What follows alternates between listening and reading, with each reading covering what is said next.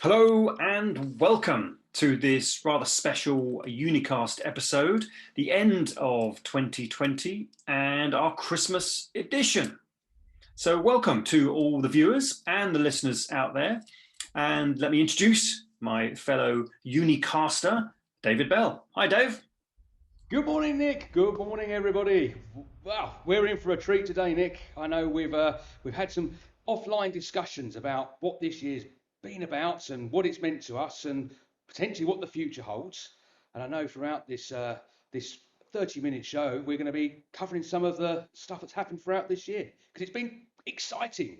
It's been challenging as well. There's no doubt for quite a lot of us, we've seen lots of challenges. Yeah, I must say, David, you are looking very, very funky and festive. I've done my best, man. Right, I've done my best, but I can't keep up with your tech-enabled festivity. I, I But yeah, suppose. you're right. You're definitely right. It's been what, a year, right? But we could just have a whole episode bemoaning what a tough year it's been. But I don't think it's going to be like that. I don't think our conversation will be down in the dumps, because we'll be talking about entrepreneurs, we'll be talking about startups, we'll be talking about a host of things that have been very positive, that have come out of a very difficult year. Yeah, no, absolutely. I think what I'm going to do is I'm going to take my virtual glasses off. For those that are listening and not watching, um, just to give you a little bit of background about, I have this tree scene behind me, very festive, and I'm wearing some virtual ho ho ho Christmas glasses. But I'm going to switch those off now. Modern technology. There we go. Look a little bit more normal. So absolutely, Nick. I think it's been a great year in some ways. I mean, there's always going to be negativity. There's always going to be the doom and gloom, or the doom and gloomers, should I say. But I think what we need to do is actually look back and go, do you know what? What positives can we take out from, the last 12 months? Where's the good come from? And actually, okay, there's been certainly a number of lessons learned, but what can we take away from that? And how can we learn from that? And what can we do better come 2021? What are the new things that we can implement? And you know, I suppose we've just got to understand that we're in unprecedented times. Life's never easy, and all we've been thrown is a few more challenges this year. And I think majority of business owners have adapted and coped very well, and in some cases had to pivot their businesses as well. Yeah, I think there'll be plenty of conversations around the downside of 2020. Totally understandable. What a shocker! Those businesses that have massively struggled for no fault of their own. Heart goes out to them. I run an events business, and there is no events industry at the moment. So ridiculously tough environment, but it's still an environment where individuals, young businesses, startups can thrive, as we've seen in our Unicast episodes so far, which we all refer to. So yeah, let's look at the positive aspects that we can draw from a year that was full of change and uncertainty. And I know generally from a business perspective, you throw a load of uncertainty into the mix, and it's very uncomfortable. But if this business journey that you and I are on has taught us anything, that the environment is constantly changing. Okay, very bumpy this year for sure, but constantly changing. And you kind of got to be on your toes to see where the industry is coming. Look at all those businesses that have failed years ago, the blockbusters of old, that didn't change, didn't pivot, didn't see what potentially the future looks like. So yeah, I think from a business perspective, the word pivot is probably the business term of the year. Yeah, no, absolutely. And I think what we have seen as well, yeah, the word pivot is kind of that business word of the year. But it's not unusual. Businesses have been pivoting, as you say, for years, Nick, and some have failed to do so. You mentioned blockbusters, and they could have, when things weren't, the writing was starting to come on the walls. If I remember the story, vaguely, that they did go into kind of a receivership, and then they found some new buyers who come along and took it over, but they still didn't change anything.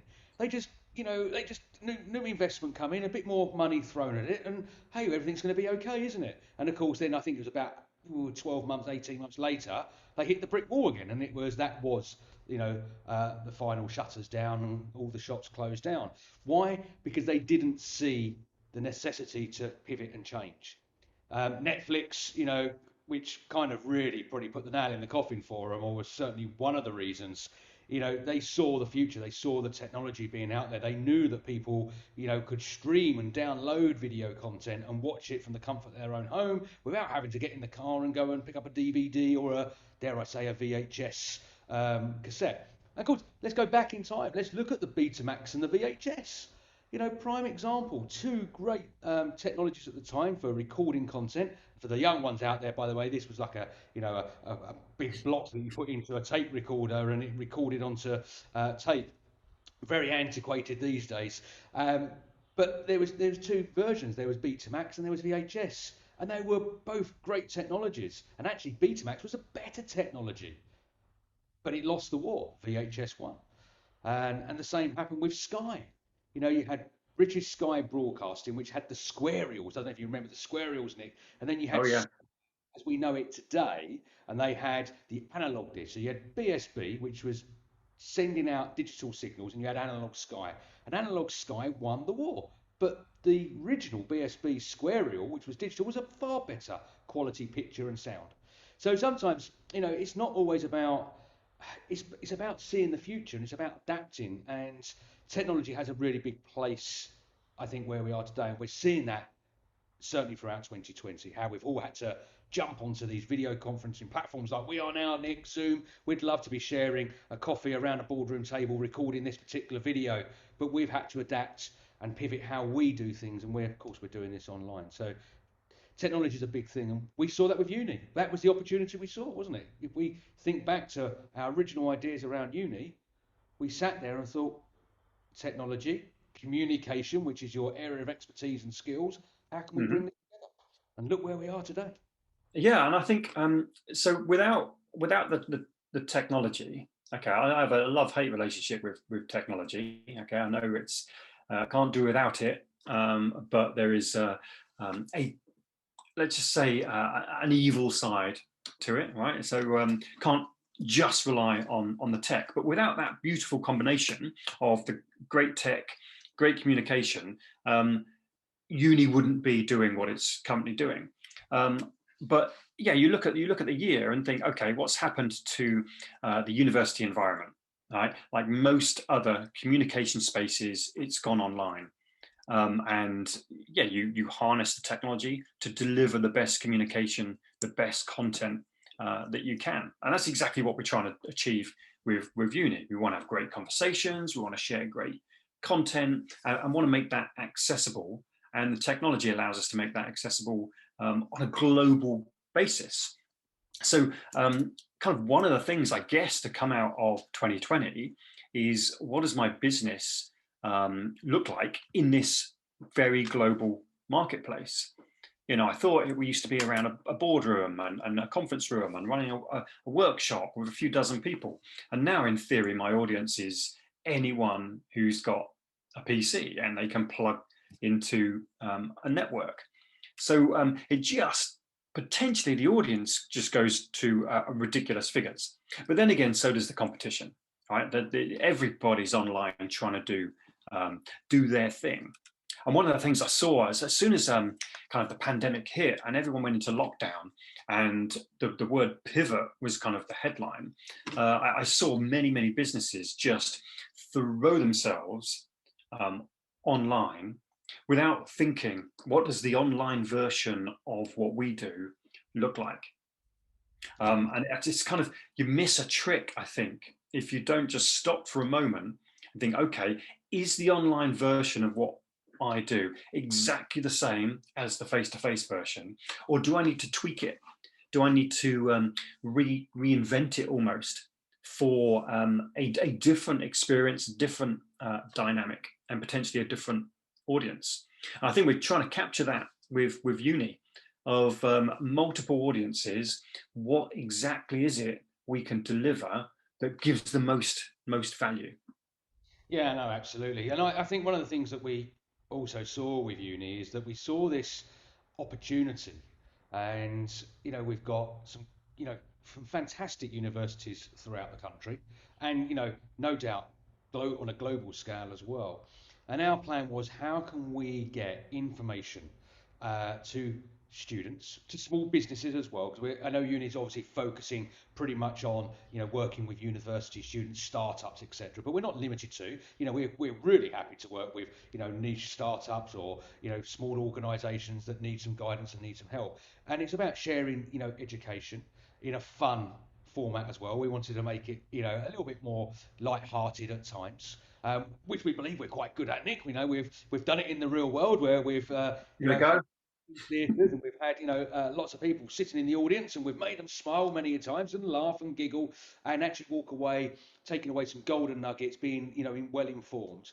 But it's also about getting everyone collaborating as well, because working from home, or being based from home, learning from home, can get I'm going to use the word tedious. It can get lonesome, and you're stuck there all day every day, dialing in and looking at a screen. So I think what we wanted to do is make it a little bit more fun, a little bit more energetic, and it's not just a kind of a here's a lecture and we're going to tell you what it's all about. We want to draw out all those ideas from people and hear what they've got to say as well. And that's Yeah. really part of our idea around uni. How can we communicate better? How can we use technology to create engagement? And how can we support these fantastic ideas and these new startup opportunities that are out there? And also demonstrate to them that now is as good time as any. Yes, we're in this global pandemic. Yes, COVID-19 has been a rough ride for lots of business this year. And no doubt, dare I say, it's not going to disappear come the 1st of January 2021. And then, of course, we're going to be fueled with Brexit and other things that are going to come into play as well. There's always going to be challenges, but we've got to look at this as opportunity and not as the challenge. So, overall, this year has been a bumpy ride. It's been it's been to a degree an educational and a fun ride, and we've launched a new business, and we've met some great guests on our show. Chris Pickard was on one of our very recent shows, and he was an airport designer, and he was designing security for airports and the flows of how the travellers all work through the airport. Of course, March the 23rd, 2020, lockdown kicked in, and his business, his consultancy company, just ceased. In Mhm. his own words, it just stopped. And when he was on our show, it was like, well, what did you do? And yes, he pivoted, but in fact, it wasn't really a pivot. It was a complete change. And he launched Chocoletta, which is an online platform for purchasing unique, sustainable chocolate bars. And I know the business is now up and running, and he's doing excellent. He's got orders coming in from something from nothing to something, which is now become a new business, which is doing with his wife, his family. They've taken the time. I think one of the things you said, he didn't jump on it on the 23rd and change overnight. He thought about it, looked at the opportunity, did the research, and come up with a brand new idea. And fingers crossed for him, it continues to be super successful.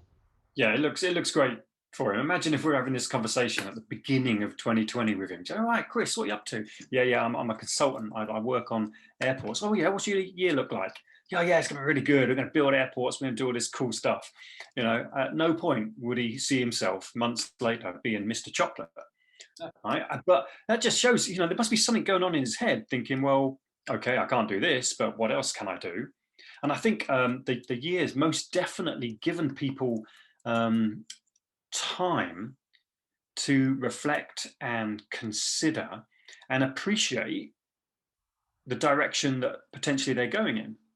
So where I live in Essex, right? There's just a mass of its commuter belt, right? So generally, Chelmsford, where I live, goes pretty quiet during the day because most people are on the train into London, right? And suddenly that stops.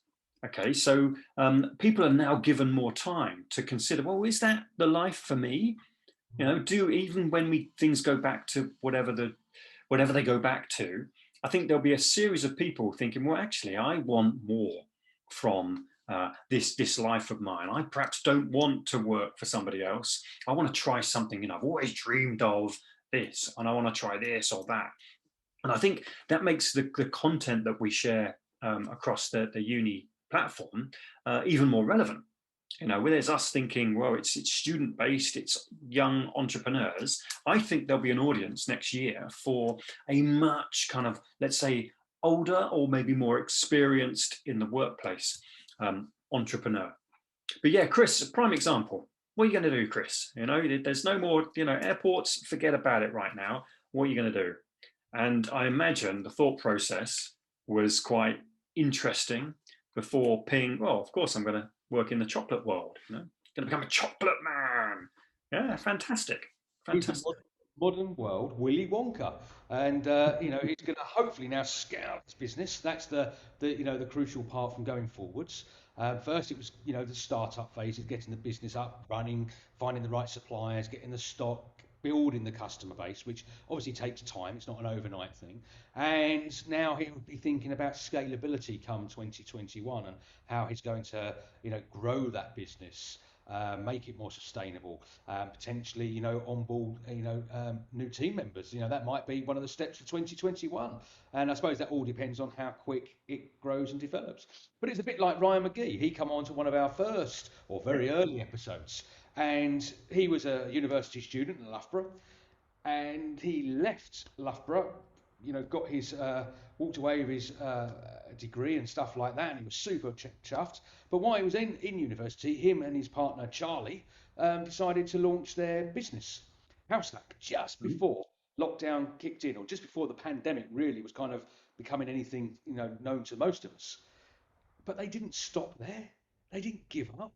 They continued, and when they did graduate and they come away, and it's like, well, we've got to keep doing this. We've got a niche. We found what we've got to do, and Househack, was then transitioned into their business, their day-to-day way of, generating an income for them.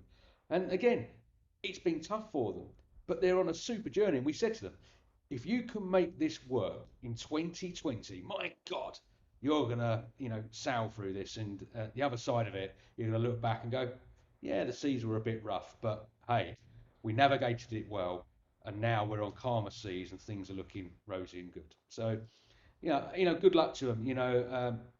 Two young, dynamic, very entrepreneurial individuals, and they've certainly got their heads screwed on and know what they want to get. Yeah, and I think that there's talking to him, right? There's you can sense the energy, you can sense the enthusiasm and the excitement in an idea that they've grabbed and they're running with. And I think as you kind of you work your way through the let's say the choppy seas of the year, I think without that dynamism, without that enthusiasm, and an odd kind of optimism about what the future might hold, it's going to be a struggle, isn't it? I know for myself, right? I'm a people kind of person, and then suddenly I've got a year sitting in front of the PC.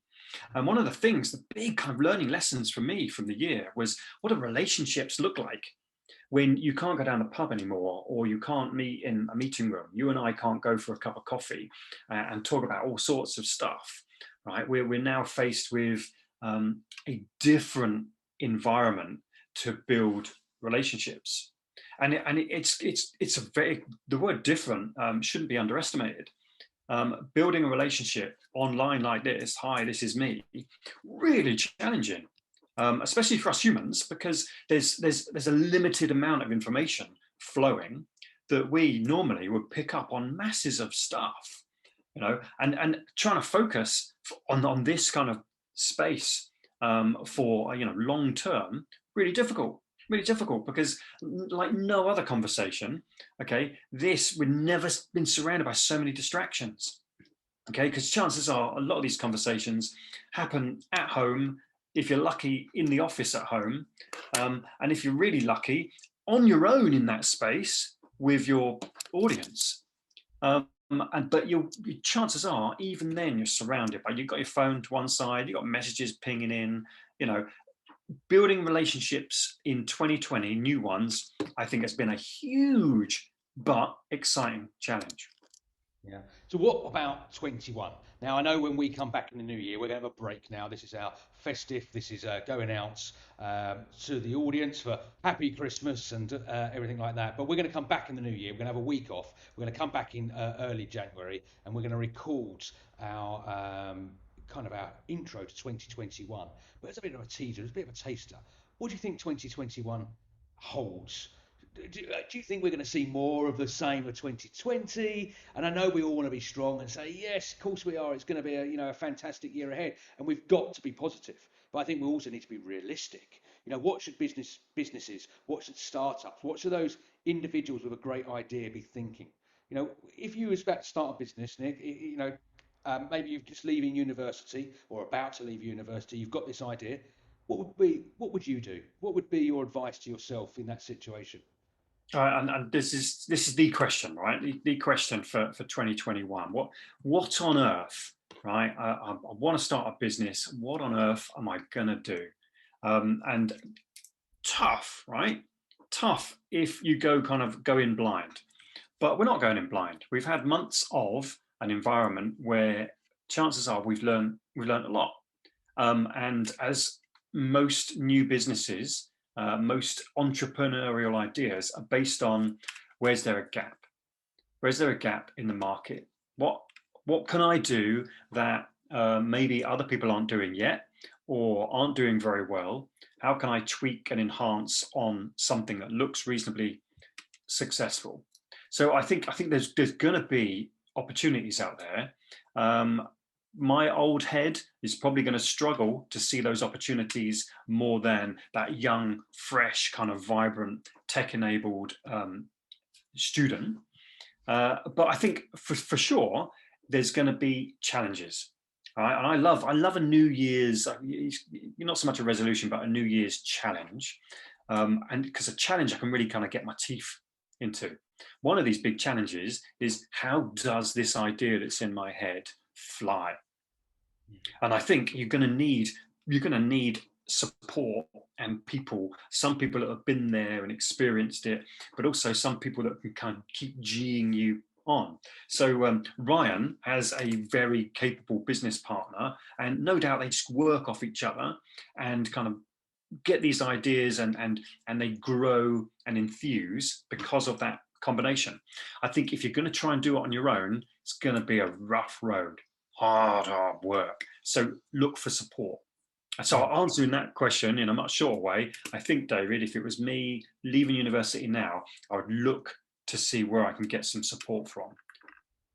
And I think that's for any business that starts up. So we're kind of talking about university students who are coming to the end or taking their idea, turning it into a real business. And there's going to be lots of people out there who maybe have been made redundant. As you said earlier, Nick, they were commuting up into the city, working the 9 till 5, or dare I say, probably 7 till 7. And, they've gone, do I want to go back to doing that? Do I want to be commuting every day? Do I want to be away from my family? I've loved the time with my family. I've had more precious time to do the things that we want to do as a family. Or if they're not as a family unit, I've had more time to focus on, the hobbies, my interests, etc. I'm not, getting up every morning, matchsticks in the eyes, to get myself to and from work. And I think there's going to be a lot of people going through those thought processes, and because of that, I think there's going to be a lot of individuals and hopefully couples that come together, business partners, are going to go, do you know what? Let's start a new business. So as much as I think we're going to see the demise of some businesses, unfortunately, they're going to run out of cash. Certainly in the hospitality industry, we know it's extremely tough. There's going to be the end to some. But I think it's the rebirth of others as well. It's a realignment. That's the word I'm kind of really using a lot at the moment. It's a realignment. It's a bit of a shake up. And I do think the future does look positive and it does look rosy. I think we've got to adapt because I don't see COVID disappearing on the 1st of January 21. It could be with us for another 2 or 3 years in some way, shape, or form. So I think businesses need to adapt. They need to look at what they can do, how they can bring it online, or how they can deliver the content, the product, the service safely in a safe environment, obviously in line with rules and regulations. And I think maybe that's something we talk about in 21. What can people do?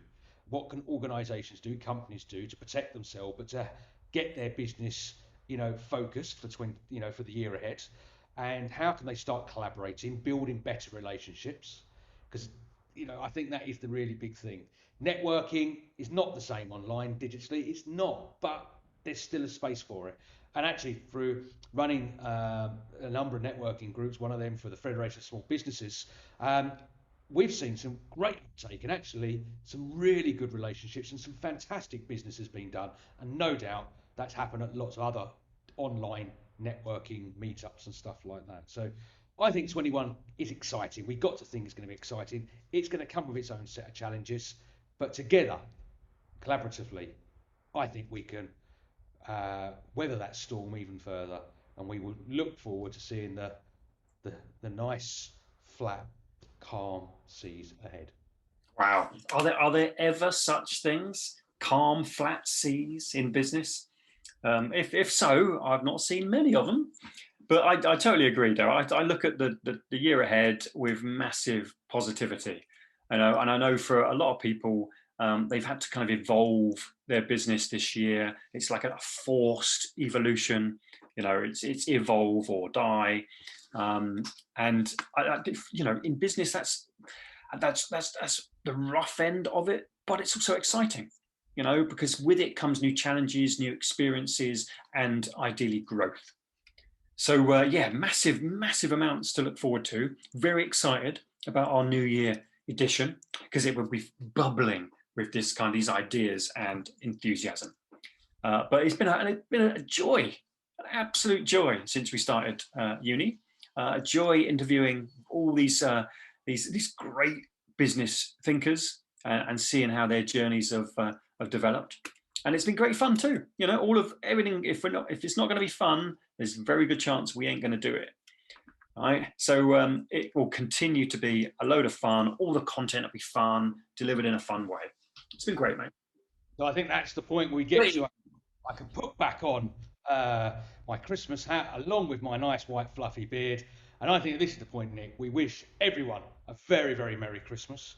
We wish you a very prosperous New Year. We look forward to seeing you in 21. And of course, most importantly, I think is stay safe and have a fantastic Christmas. So for me, David Bell. And me, Nick Looby. Merry Christmas. Cheerio.